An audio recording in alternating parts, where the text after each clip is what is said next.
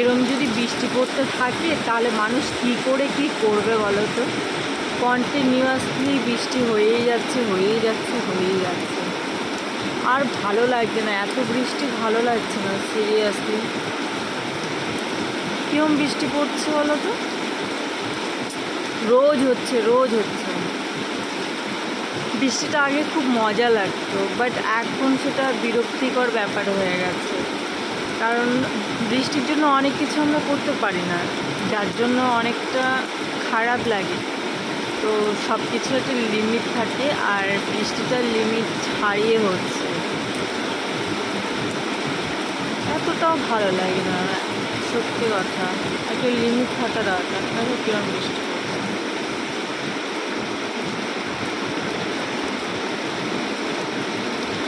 আগে দেখছি বৃষ্টির কারণে ও একদম থরথর করে কাঁপছে, তো তার জন্য ওকে সোয়েটার পরিয়ে দেওয়া হলো, ঠান্ডা লাগছে বলে। ঝিমু, দেখি কিরম লাগছে তোমাকে, দেখি। ও বাবা,